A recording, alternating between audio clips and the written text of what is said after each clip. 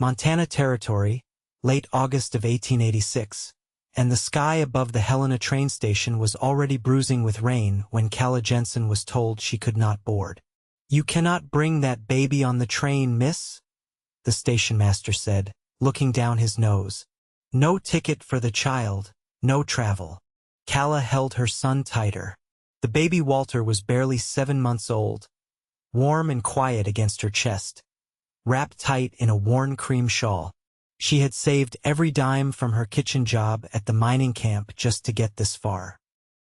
The train was her last shot to get to her cousin in Oregon, the only family left who might take her in. But now, because she had dared to bring her son, she was being turned away. "Please," Calla whispered, her voice raw. "I'll pay when I get there, I swear it. I just need to get on." The station master shook his head, unimpressed. "No exceptions. Next." She stood there, frozen, as the line behind her moved forward. Rain started to fall. A conductor shouted something, and the hiss of steam rose from the engine. She watched the train, her legs trembling.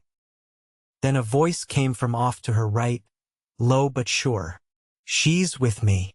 Calla turned.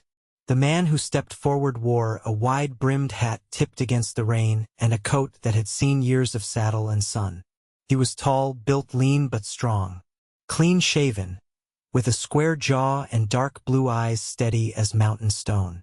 There was dust on his boots and a calm in him that seemed to steady the air around them. The station master blinked. "You know her?" "I do now," the man said, walking up beside Calla and placing a hand gently on her elbow. His voice was quiet but left no room for questions. "She's my wife. The baby's ours." Calla's breath caught. The station master narrowed his eyes. "You got tickets?" "I got 2, the cowboy said, reaching into his coat.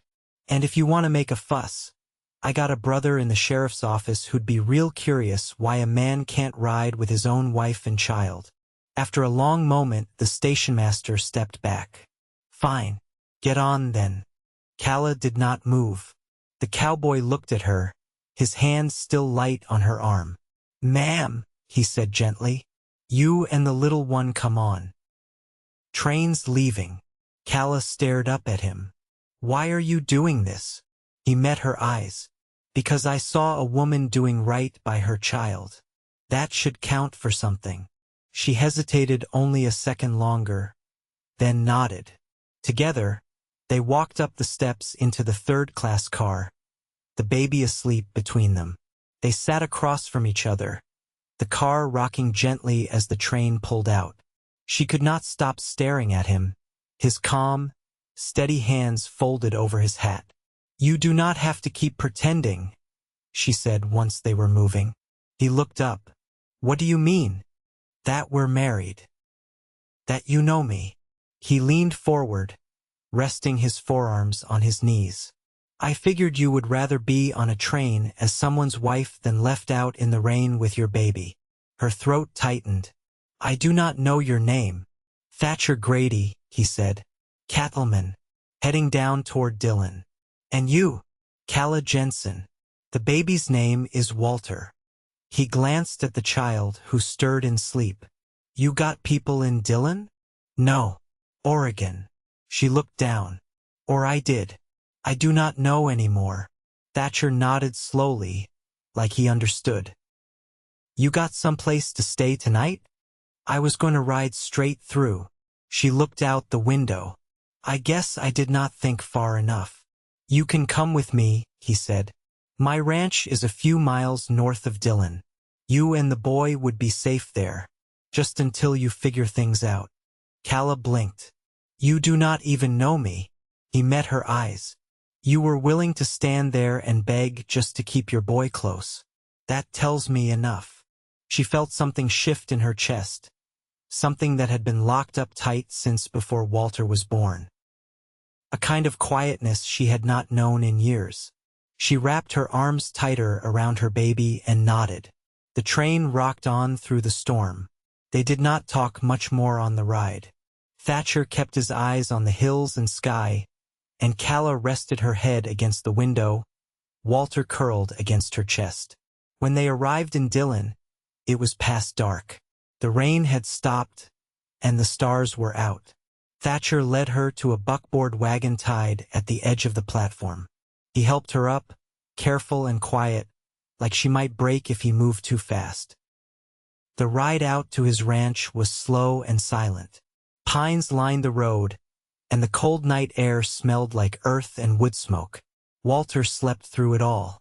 When they arrived, the ranch house was a modest thing, 2 stories, stone chimney, light in the front window.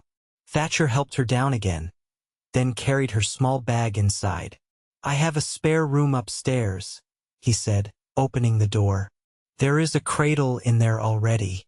My sister left it behind when she moved south." Calla paused in the doorway. "You sure about this?" He looked at her, quiet for a beat. "I would not have brought you here if I was not." That night, she laid Walter into the cradle and sat by the window watching the wind move through the trees. She did not know why this man had stepped in, but she felt safer than she had in months. And down the hall, Thatcher sat by the fire, watching the flames with his jaw tight and his hands knotted in front of him.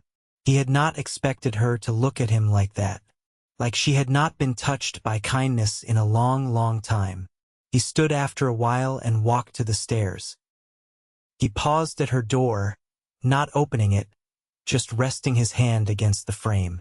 She was singing something soft to the child, a lullaby he did not know.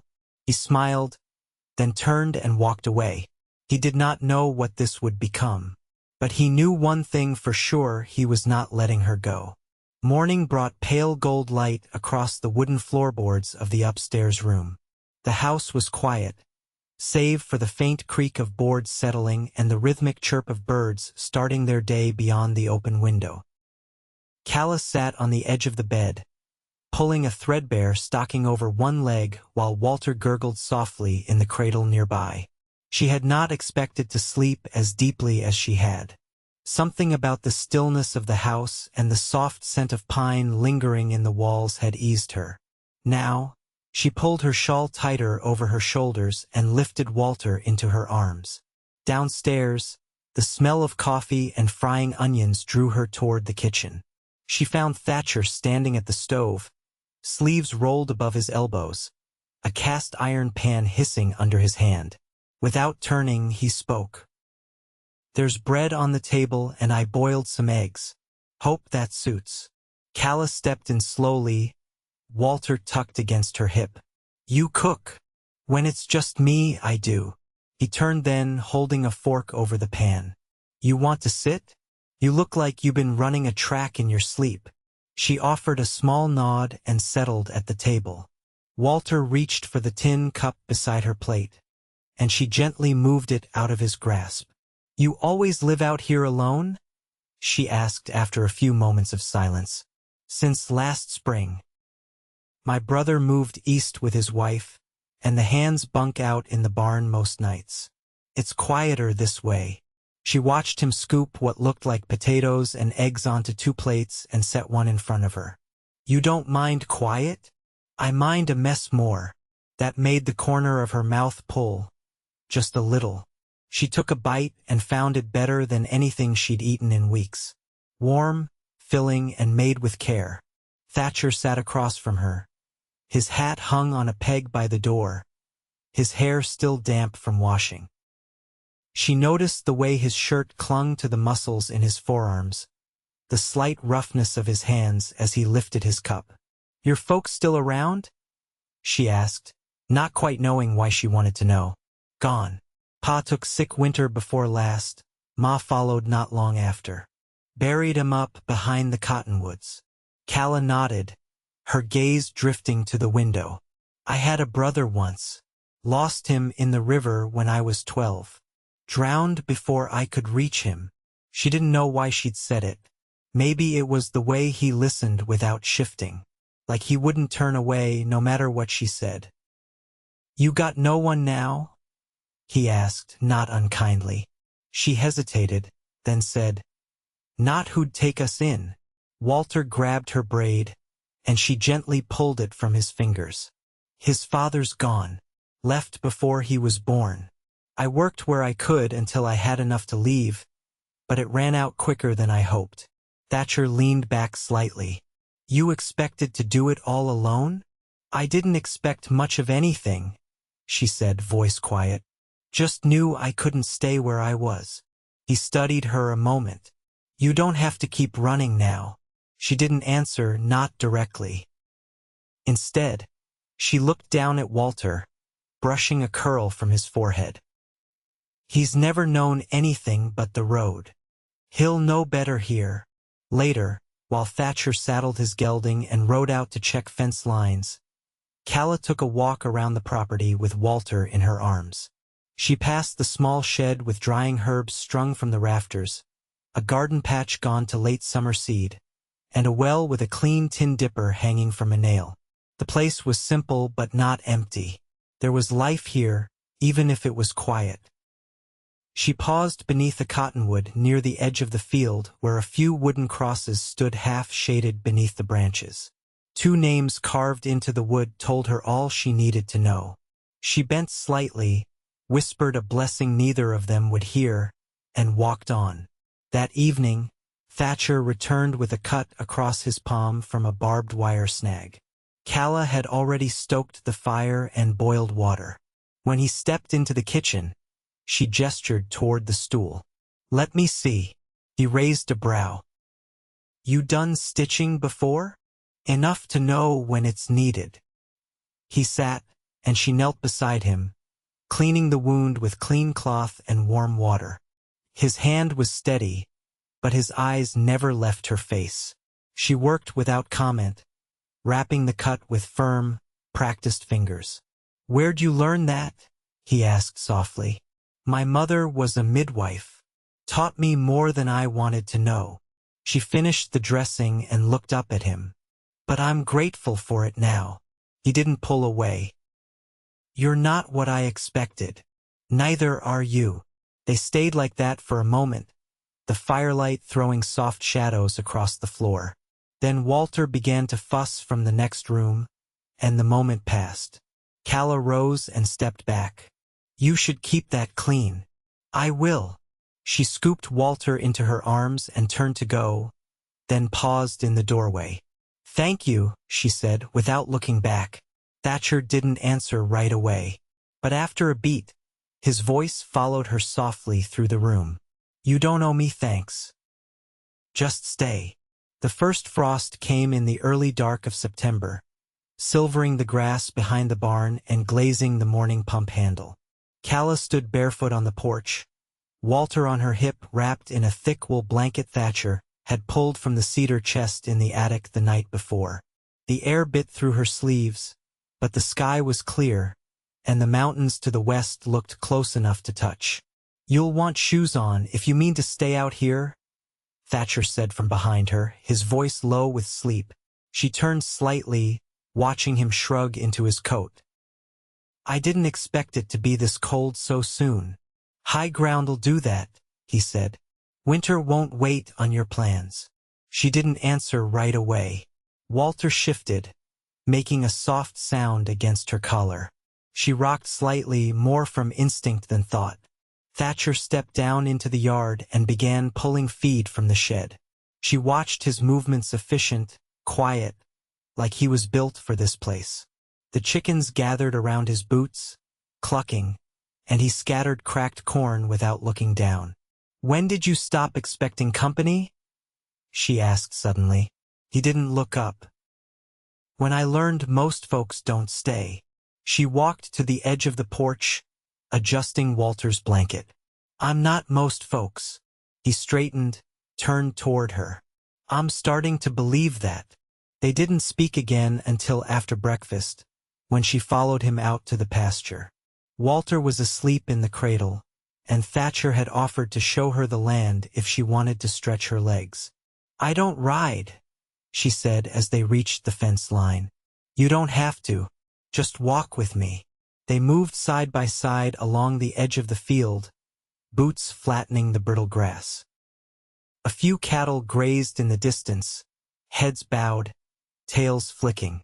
The wind carried the scent of pine and dry hay. "How long does it take to keep all this up?" she asked. "Sunup to sundown most days. But once the snow comes, there's less to tend.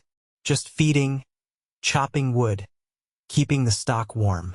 She glanced sideways. "And what do you do with the quiet then?" "Read some," he said. "Fix what's broken. Think." She slowed. "About what?" He stopped too, looking out toward the rise of hills beyond the field. "Lately? About second chances." She didn't answer. Her hands curled into her shawl, and her eyes fell to the ground. He waited. "I used to think I'd marry someone who played piano," she said finally, "who wore polished boots and knew how to speak French. That's what my mother wanted." He looked at her. "And what did you want?" "I didn't know until it was too late. And by then I'd tied myself to a man who didn't stay past the first hard season." Thatcher's voice was quiet. "You don't have to explain anything to me." "I'm not," she said, lifting her chin. "But I've done things I'm not proud of. I don't want to be pitied." "I don't pity you." He said it like a promise. "I see a woman who didn't fold when life got sharp." They stood there a long moment, wind brushing her hair across her cheek. The sky was pale above them, wide and blue, stitched with thin clouds. "You said something about second chances," she murmured. "Everyone deserves one." "You think I do?" He turned toward her, eyes steady. "More than most." That night, she found a stack of old books on the shelf by the hearth, leather bound, the titles rubbed nearly clean. She read by lantern light while Walter slept beside her in the cradle. One book held pressed wildflowers between the pages, faded bluebells, delicate and dry. She traced them with her finger, wondering who had picked them, and why they'd been saved. Thatcher knocked once on the doorframe and stepped into the light. "You're up late." "I couldn't sleep." He nodded toward the book. "My mother used to read that one aloud on cold nights. Said it kept the wolves away." She looked up. "There are wolves. Not the kind that walk on four legs." She smiled then, small and real. "You ever think about leaving this place?" He leaned against the doorway, arms crossed. "I did once. But something always kept me here." "What changed?" His eyes met hers. "You showed up." Calla felt the warmth rise in her cheeks, but she didn't look away. "You hardly know me." "I know enough." Her hands tightened around the book. "I don't know what this is, or what it's becoming. We don't have to name it yet. Just don't run from it." She closed the book gently, careful not to crush the flowers. "I won't," she said. He nodded once, then stepped back toward the hallway. "Thatcher," she said before he disappeared. He paused. "Would you show me how to ride? Tomorrow?" His answer came without hesitation. "First light." Calla stood at the fence post just after dawn, the hem of her skirt damp from the dew. A soft mist clung to the pasture, curling low along the ground. Walter was still asleep, laid gently in a basket inside the house, with the dog Thatcher had taken in last winter curled beside him. She'd left the door ajar so she could hear if he stirred. Thatcher led out his paint mare, the bridle already set. He walked slow, the reins loose in one hand, the other resting on the mare's shoulder now and again, like he trusted her more than most people. He stopped beside Calla and offered her a look that was half question, half quiet encouragement. "She's tall," Calla said, eyeing the mare's back. "She's steady," he answered. "Name's Josie. She don't spook, not even at thunder." Calla nodded, squared her shoulders. "All right." He didn't lift her, didn't offer, just waited. She stepped into the stirrup herself, clumsy but determined, and swung her leg over. The saddle creaked but didn't shift.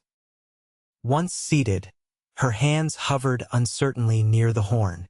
"Don't grip with your hands," he said, coming to stand beside her. Let your legs do the holding. Think of it like walking just higher off the ground. She tried to breathe evenly, but the elevation unsettled her. The mare shifted once, and Calla tightened her knees. Thatcher took hold of the bridle, leading them forward. We'll walk first, then let her lead you a bit. They circled the field, slow as a funeral procession.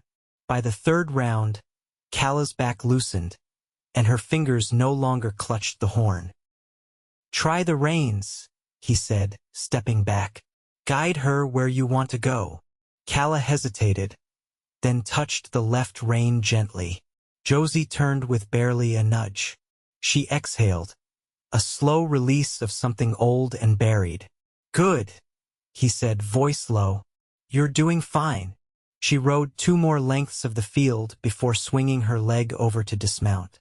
Her boot caught in the stirrup and she stumbled. Thatcher caught her elbow without a word, steadying her until she stood straight. That'll bruise, she muttered, rubbing her hip. Means you're learning. They walked back together, Josie trailing behind, the reins slack in Thatcher's hand. The sun had broken through now, burning away the mist. Calla glanced over. Why did you keep a mare instead of a gelding? She was my brother's, he said. When he left, I couldn't bring myself to sell her. She's got a good heart, even if she's stubborn. Like someone else I know. He gave a quiet laugh, low and surprised. You calling me stubborn, Miss Jensen? I'm calling you familiar. They reached the gate, and he lifted the latch with one hand while keeping the other on Josie's neck. Calla stepped through, brushing a strand of hair from her cheek.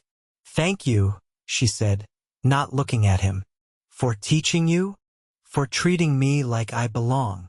He studied her a moment. You do. She walked inside while he unsaddled the mare. Walter was waking, hands waving at the ceiling, mouth open in a gummy yawn. She lifted him gently, pressing her cheek to his temple. He was warm and solid, and smelled faintly of sun-warmed wool. Later that afternoon, Calla took up a needle and thread and began mending the tear in Thatcher's work shirt.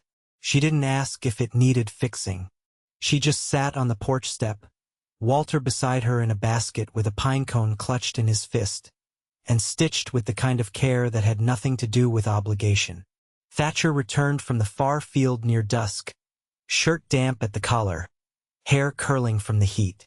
He saw her there and paused before climbing the steps. You didn't need to do that, he said, nodding to the thread.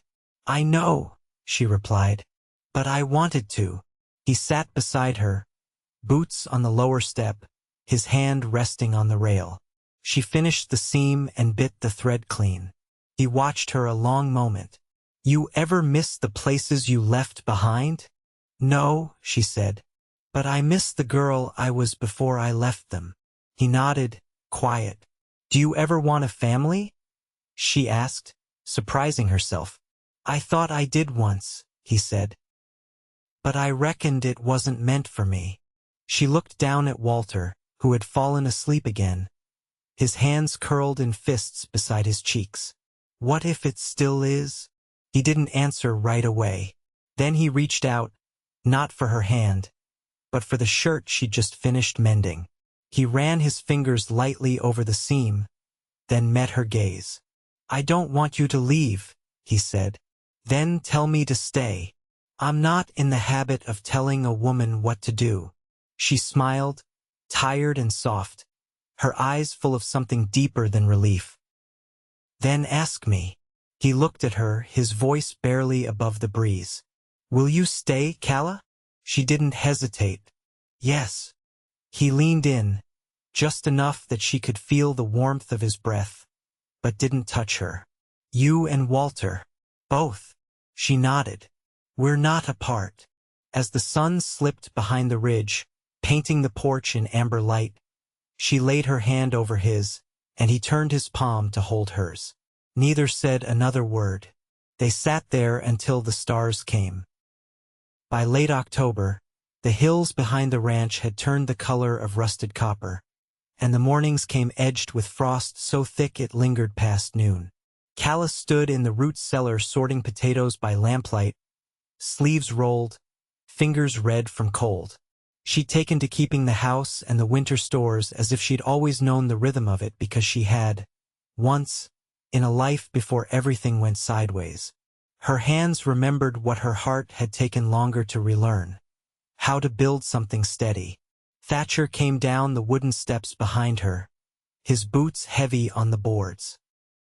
He ducked slightly under the low beam, holding a basket of apples bruised on one side but still good for drying. "We might get snow by week's end," he said. "You seen the sky this morning?" She nodded, wiping her hands on her apron. Clouds were sitting low as fence rails. He set the apples beside her and leaned back against the earthen wall. "That storm might stay through Sunday. I'll move the cattle close to the low barn. Keep Em from drifting." "Do you need me to help with firewood?" she asked, brushing dust from her skirt. He gave her a look, not of doubt, but of consideration. "You manage the house, the baby, and the meals. That's more than fair. I can split logs same as a man." "I don't doubt it. But I like the way you warm the house more." She turned away quickly, but not quick enough to hide the way her mouth tugged upward. Later, she found herself standing at the table sorting dried herbs into muslin pouches, things she'd foraged in the slope behind the barn: yarrow, rabbit tobacco, and some high meadow mint. She hummed under her breath, a tune without origin, and Walter, sitting in a quilt-lined crate near the hearth, babbled as if trying to join in. Thatcher came in from the yard, shoulders dusted with sawdust, and paused when he saw her there. "What's the mint for?" he asked, pulling off his gloves. "Winter coughs," she said without looking up. "And it helps with sleep when steeped long." He leaned against the doorway. "You planning to keep us all through winter?" She met his gaze. "You planning to ask me to leave before then?" He stepped forward, took a pouch from her hand, and turned it over in his palm. "No, I'm not." She reached for the next cloth and said, quieter, "I've been wondering if Walter would know your voice by spring." Thatcher's hand stilled. "Would you want him to?" Calla looked up. "Yes." That night, after Walter was asleep, Thatcher brought a box down from the loft.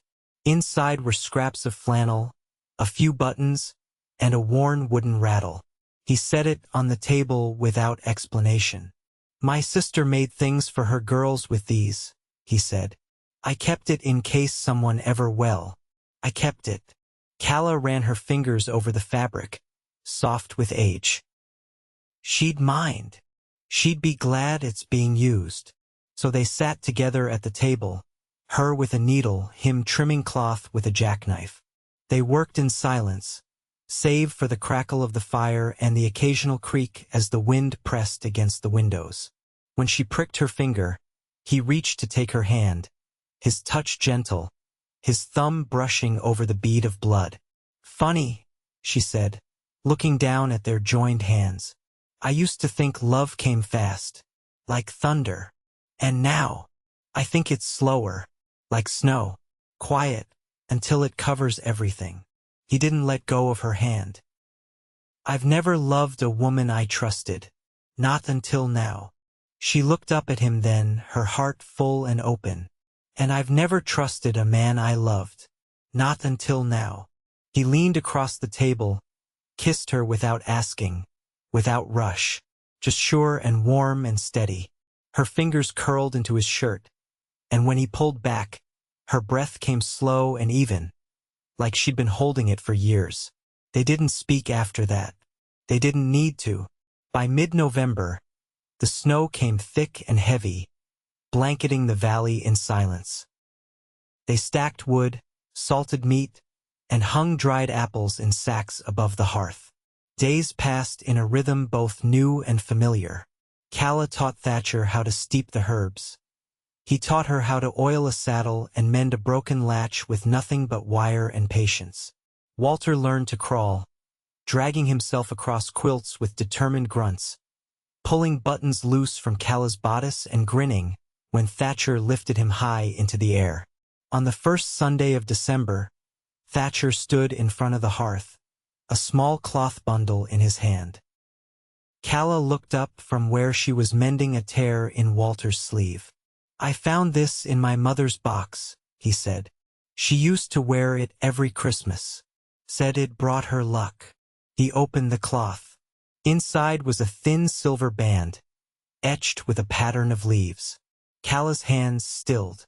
"I know there's no preacher nearby," he said, "and I know we didn't do things in order. But I want you to have this." She rose slowly, stepped toward him. "Why now?"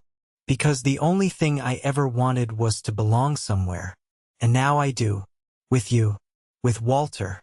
I want to marry you however we can. Whenever you say yes." She looked at the ring, then at him. "Yes," she said. "Now." So they stood before the hearth, hands clasped, Walter in his cradle nearby, the fire casting their shadows tall against the wall. They made no vows beyond what they already lived each day. Honest work, quiet laughter, shared burdens. That was enough. Snow drifted against the windows. Outside, the cattle huddled close to the barn, and the trees bent under the weight of new white. Inside, the house was warm. Years later, they would tell Walter he took his first steps that winter, just before the new year.